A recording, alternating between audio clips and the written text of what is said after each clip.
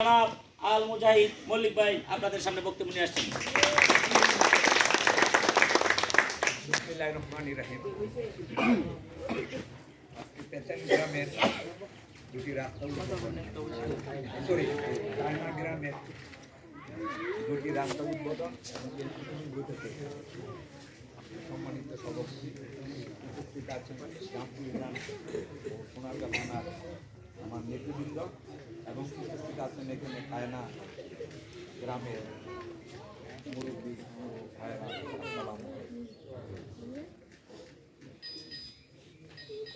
আজকে এখানে দুইজন খুব সুন্দর গঠনমূলক বক্তব্য দিচ্ছে, কায়েম এবং আমার এই ভাই এরা ছিল আমার এখনো সহযোগিতা। আমি যখন এই পেছান গ্রামে কায়না গ্রামে যখন প্রথম আমি নির্বাচনী পছনে আছি, তাদের বাড়ি থেকে আমরা যাত্রা করি। আমার মনে আছে আমি সন্ধ্যাবেলা আসি, ওনার মা তখন জীবিত এখনো আছে। তো ওনার মা আমাদেরকে ছাড়লই না খাওয়ায়, আমাদেরকে 1 ঘন্টা রাইখা খাওয়া দাওয়ার পরে থাকছে যে বাবা তোমরা যখন আইবা আমার বাড়িতে খেয়ে যাবে। এরা ছিল বিএনপির, ওনার মা এত পাগল লোক। আজকে ওনাকে পাইছে, আমার খুব ভালো লাগছে যে ওনারা যে নিঃস্বার্থভাবে দলের জন্য কাজ করে গেছে। আমি এই জন্য এখনো আছে দলের জন্য কাজ করতে হয়। আমরা এই জন্য অন্তর থেকে আন্তরিকভাবে অভিনন্দন জানাচ্ছি।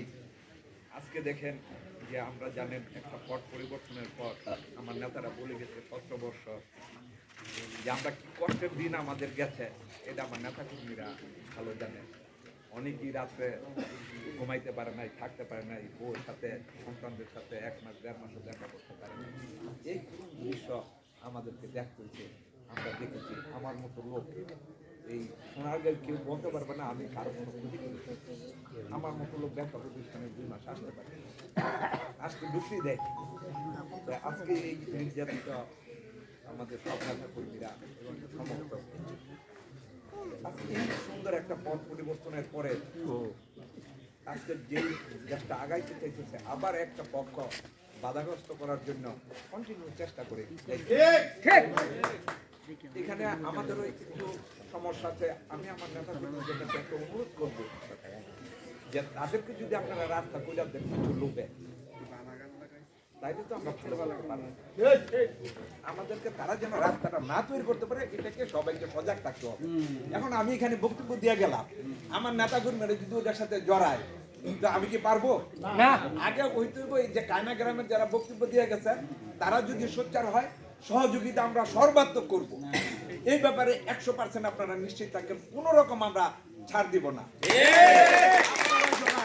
তাইলে আমি যতই প্রশাসন নিয়ে আসি, আমার দল নিয়ে আসি, আমি কোনো কিছু করতে পারবো না। আপনারা সোচ্চার হন, তাইলে আপনারা ভালো থাকবেন। একটা কথা মনে রাখবেন যে এ দেশে আপনি শুধু ভালো কথাই চলবে,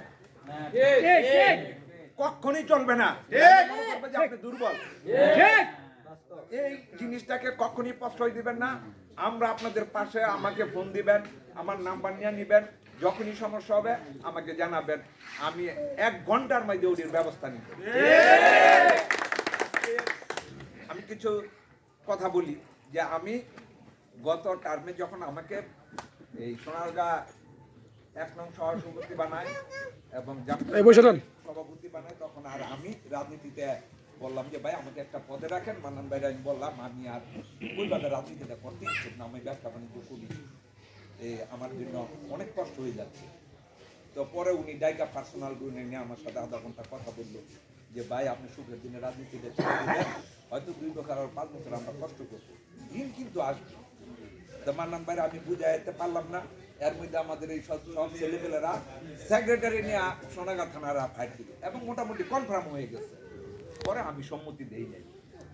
মান্নান ভাই আমাকে বললো যে আপনারা ছাড়া আমার ওই অঞ্চল অচল হয়ে যেত, আপনি আমাকে এই হেল্পটুকু, আমার নির্বাচন করতে, আমার এমপি নেওয়া পর্যন্ত আমাকে কাজ করতে হবে। তো আমি মান্নান ভাই আমি যেভাবে আমাকে আপনার ওই দায়িত্ব দিয়েছে, আমি কিন্তু সেটা এখনো পালন করতেছি। তা আপনারা একটা জিনিস আমি আপনাদের কাছে অনুরোধ করবো যে আমরা এই যে 17 বছর কষ্ট করছি, ফসলটা যেন আমরা ঘরে আনতে পারি। মান্নান ভাই আমাকে শক্তিশালী করা মানে মান্নান ভাইয়ের হাতকে শক্তিশালী করা। আর আপনারা যদি আমাকে শক্তিশালী না করেন, জাম্পুরকে শক্তিশালী না করেন, তাইলে কিন্তু হবে না। আজকে একটা কথা দেখেন, এই জাম্পু আপনারা জানেন কিনা, আমার নেতা কর্মীরা আছে যারা প্রোগ্রামগুলিতে গেছে, নারায়ণগঞ্জ সদরে 100 লোক দাঁড়া করার মতো কোনো ক্ষমতা ছিল না কোনো নেতার। সেটা জামপুর ইউনিয়ন করে দেখাই দিচ্ছে।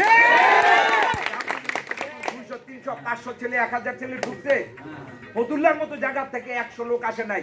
তুমিও বা দাঁড়ায় রয়েছে লোকের জন্য। আমরা কিছু পরে মিটিং জমছে, এর আগে কিছু মিটিং আজকে দেখেন আমরা কিন্তু সেই রিস্ক নিয়ে নানুসকে এত শক্তিশালী করছে। সেটা সবচেয়ে বড় অবদান ছিল রাজপথে জামপুর ইউনিয়নের।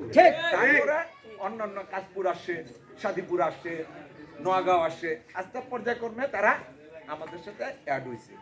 তো এই আজকে আমরা এই জামপুর কিন্তু সারা সোনারগাঁয়ের মধ্যে একটা ইউনিয়ন, যেটা যে ইউনিয়ন আর সোনারগাঁও কেউ তৈরি করতে পারে না। আপনারা দেখেন সেই 91 থেকে আজ পর্যন্ত জামপুর যেভাবে স্বচ্ছ, জামপুর যেভাবে মোটামুটি ভদ্র রাজনীতি চলছে, আর আপনি কোনো ইউনিয়নে পাবেন না। তো আমি আপনাদেরকে আগামী নির্বাচন পর্যন্ত আমি একটা অনুরোধ করব যে আপনারা আমাদের সম্মান রাখেন, আমরা আপনাদের সম্মান রাখবো। এখানে উন্নয়নের জন্য মান্নান ভাই এমপি হইলে উন্নয়নের জন্য মান্নান ভাইয়ের আমাদের প্রয়োজন হইব না। আমরা এনাফ আমাদেরটা, আমরা এনাফ আমাদেরটা। আমরা এই 2-3 মাস বিচরণ করে বুঝে বলছি জামপুর উন্নয়নে কতটুকু কাজ করলে আমরা পারবো। আমাকে চেয়ারম্যান কোদিনকে ধরলাম যে তুমি এই রাস্তা কিনে দাও। দাদা আপনি কি শুরু করছেন? আপনি তো আর 6 মাস পরে আমার কোনো কাজই দিতে পারতেন না, টাকা ফেরত যাইবো। আমি কই তুমি কে? আমি কই তাহলে এই যে গত 5 বছর কি কাজ হইলো, গত এই কি কাজ হইলো আমাকে একটু তুমি বলো। তাহলে আপনারা বুঝেন আমি মানুষের বদনাম বলতে আসি নাই। আপনারা বুঝেন তাহলে আমাদের উন্নয়নের টাকাগুলি কোথায় গেছে, কোথায় গেছে উন্নয়নের টাকাগুলা? আমাকে বলছেন যে 6 মাসের মধ্যে আপনার সব কাজ কমপ্লিট। আমি প্রতিটা কাজে তার যে তদারকি করি যে কোথায় কি দিতেছ, কোন জায়গায় আমার নলেজে দিবা, কোন জায়গায় বেশি প্রয়োজন ওইটা আগে দিবা। ওইভাবে কিন্তু দাঁড়িয়ে দিয়ে আমি কাজগুলি আদায় করে নিতেছি। তার পিছনে